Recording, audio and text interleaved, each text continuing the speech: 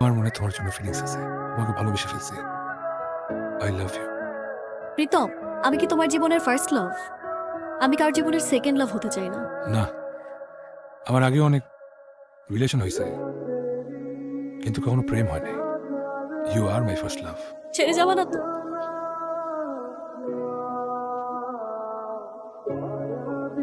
বাবা তোমাকে বাসায় আসতে বলছে।